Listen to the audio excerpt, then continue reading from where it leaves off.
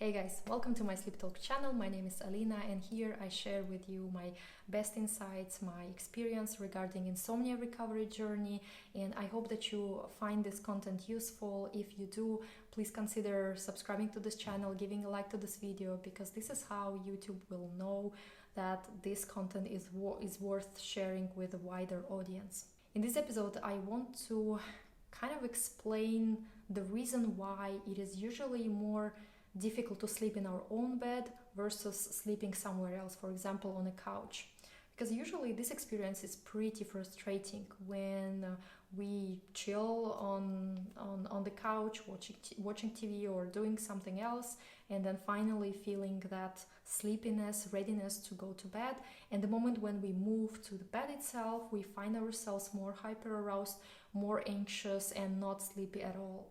And I believe that by understanding what is happening to us in that kind of situation, we can see how to get out of the situation and change that, so that we will feel more relaxed in our bed as well. The reason why it happens, I believe, is in the perception of each type of place. So if you look at a couch and a bed, you see that these two are completely different concepts.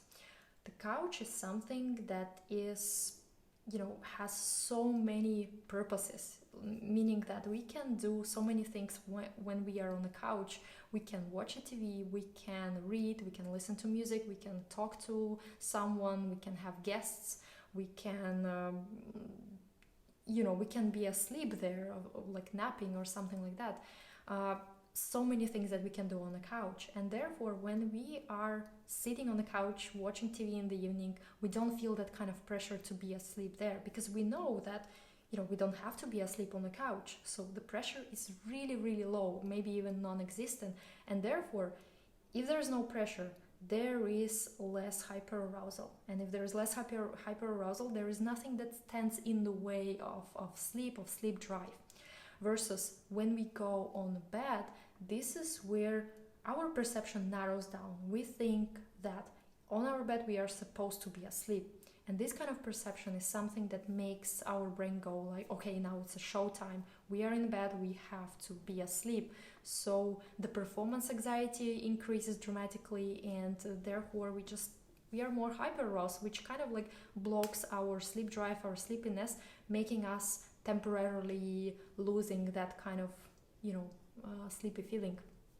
So since the perception is the key here, it's like, compare being in a Disneyland versus being in 9-to-5 job in the office. It's like completely different thing, and you have so much freedom to do and what to do on a couch, and you have so little freedom what to do on a bed. And of course that difference in our perception plays a huge role in how we feel in each particular place.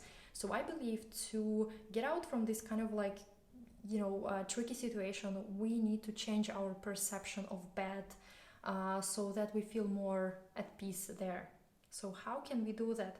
Well, in my experience, the way how I approached it is this, that since we feel like we have unlimited potential to do things while on the couch, we can also apply the same kind of thinking when we are in bed, meaning that we can allow ourselves to do anything when we are in bed. It doesn't have to be that we should be asleep when we are in bed. We can, the same things what we do on the couch. If, of course, like if you have a TV on in your bedroom, like why not to, if you feel like watching TV in your bed, like there's nothing wrong to do that. And there's no such rule that or something that we absolutely cannot do anything in bed except for sleeping. I know that kind of like clashes with the CBTI teaching, and for me personally, CBTI was not the most helpful thing. So for me, allowing myself to do in bed whatever I want and not forcing myself to get up and do something else in another room if I cannot sleep in bed was actually a breakthrough, because I removed that pressure from myself, and I knew that when I'm in bed, I don't have to be asleep. I can do anything else there. So this kind of like changing like the concept of bed also helped me feel more safe when I'm in bed, because I know that if I'm not asleep in bed, then it's still okay. I didn't feel like I was there was something wrong or I was supposed to be asleep, so the pressure was no longer there, which made it decrease hyperarousal, making it more likely for sleep to come. And the second, the most kind of like crucial teaching here that I see is that, you know, usually when we shift from the couch to bed, our narrative goes like this: I'm going to sleep. Yeah, so you see how here our goal is defined by this. Okay, I'm going to bed, and therefore I'm supposed to be asleep there. And it's pretty easy to tell whether we accomplish this task or not. So every time when you become aware, like, okay, am I asleep or am I awake? And usually you are aware only when you are awake. So that means that you are not asleep, meaning that you failed at the goal that you initially set for yourself. And knowing that, you know, you are not doing what you're supposed to do creates a lot of hyperarousal.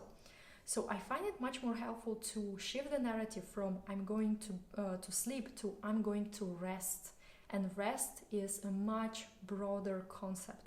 It is not limited by sleep, but rest could be anything. Rest could be just being awake, but doing something pleasant or doing something that is not pressuring. So changing this kind of like narrative that we tell ourselves when it comes to bed can really help us view bed not as something that place where everything is dual. We are either awake and we have to, you know, either make ourselves asleep or get up, or we are asleep, then there is no problem. From that kind of place into place which is inviting for any sort of outcome. And you know that, you know, I usually explain it in my videos, when we are not really chasing particular outcome, when we are okay with any the result of the night, this is when we don't have any problems with sleep. Nothing stands in the way of sleep, and we fall asleep much easier because we are not pressured. I hope you found this episode helpful. Let me know in comments if this made sense, and of course don't forget to give a like to this video, and I hope to see you in next episodes. Bye!